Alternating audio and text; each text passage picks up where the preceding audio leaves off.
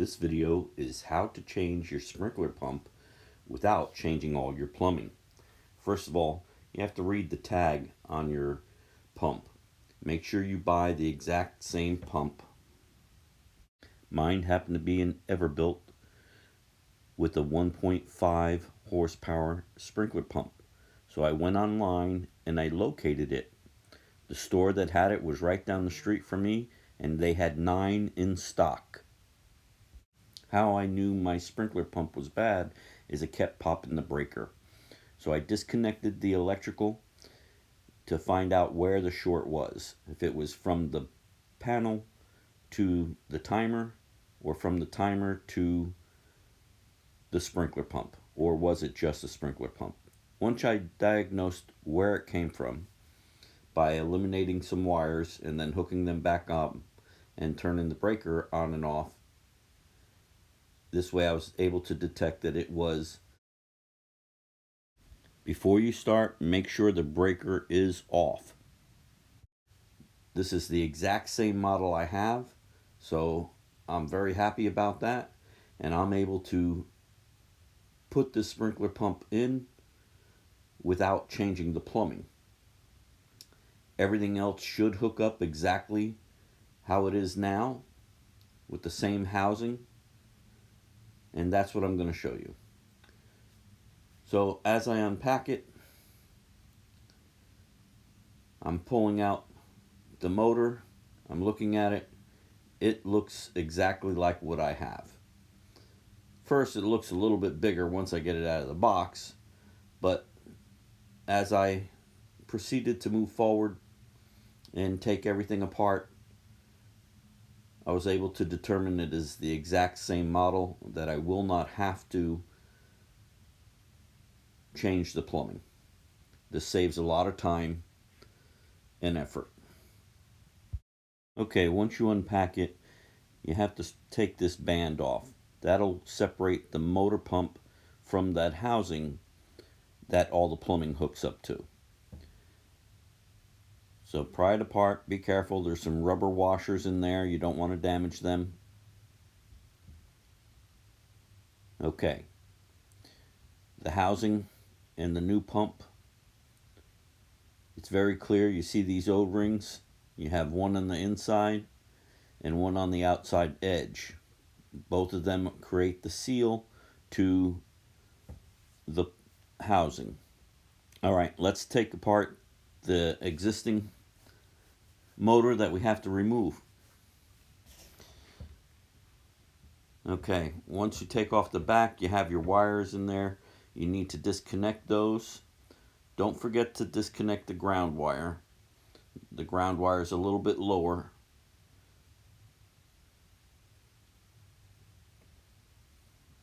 There it is right there. All right, disconnect that and you're going to be able to pull the wires out from the motor, keeping your weather tight pieces intact.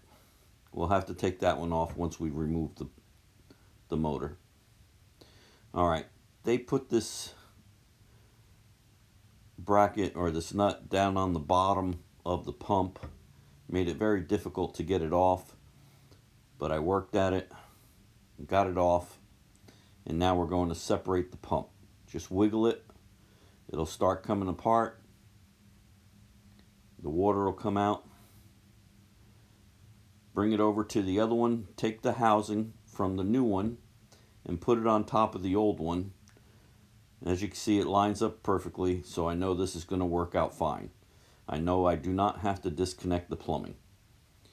Okay, so let's move forward on starting to install the new one. All right, we want to rehook up the electrical, so we're going to need to remove that weather-tight electrical elbow. This one was a little stubborn. I had to bring out the big wrench, but it was no match. It loosened up easily. And then we're going to put it onto the new pump so that we'll be able to hook up the electrical correctly and easily All right, now take the housing off the back of the new motor. It's just 3 Phillips head screws.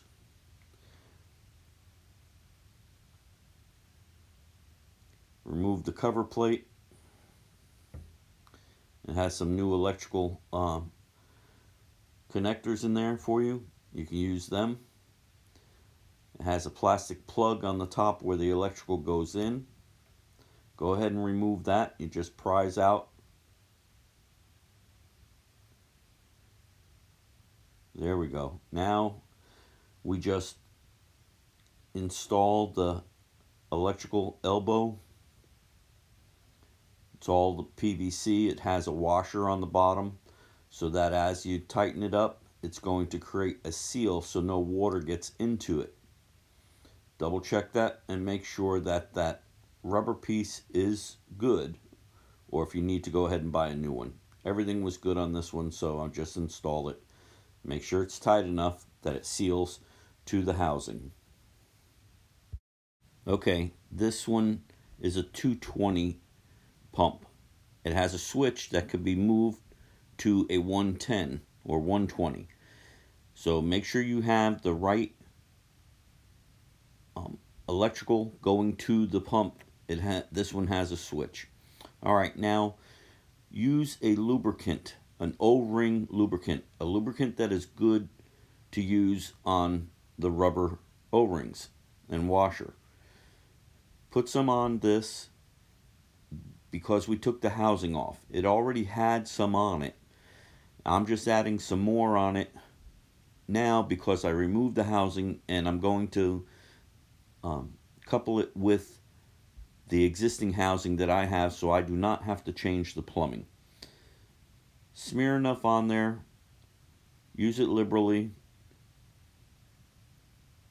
This way you can create a good seal.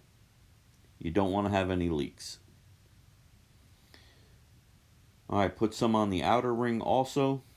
Work your way all the way around. You don't need lots of it. You just need to keep it so that it has a good seal. Alright, so you can get this lubricant at your box store. Let them know what you're using it on, because you don't want to use the wrong lubricant on rubber. There are lubricants that can harm rubber, so it's very important to use one that works on O-rings. Alright, now once you have all of this on, let's go over to the next step and line this up with the existing housing. Alright, now put it next to it, just line it up. You'll see they'll couple together. Just push it in. Okay, that went in nicely. Now get your clamp, and you're going to need to put it around the housing and the new pump.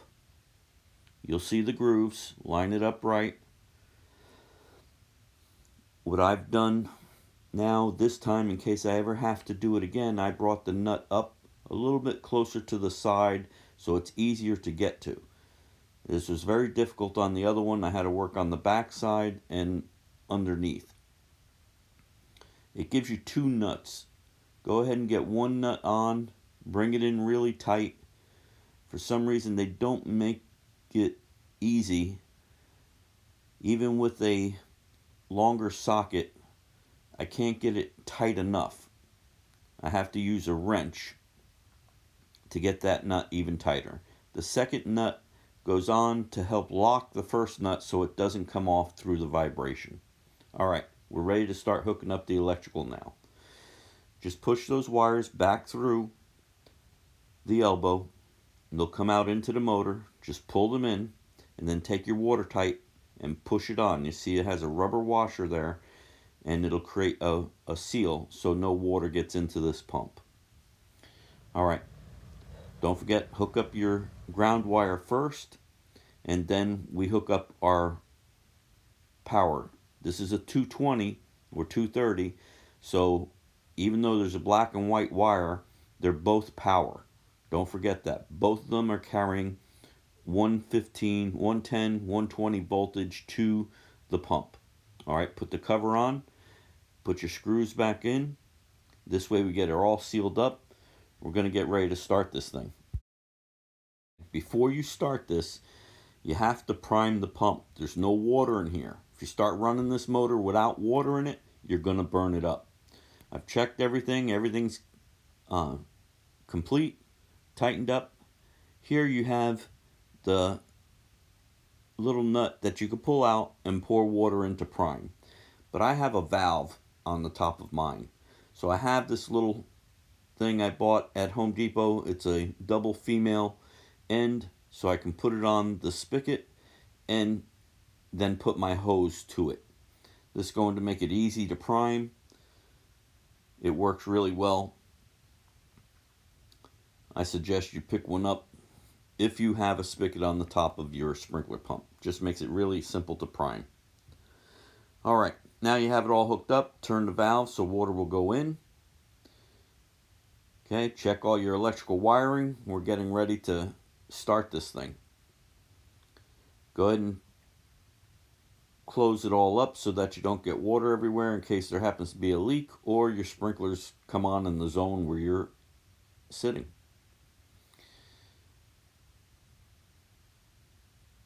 Okay. Now we have everything covered up. We're going to go ahead and turn the water on first. Once we have the water on, and we're going to check the breaker and the switch. See that switch? Right now it's on auto all the way up. Middle is off and down means permanent on. So put it to off.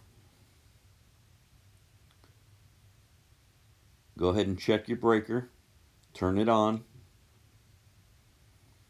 Okay, now your water's already on. It's filling up the pipe and the pump.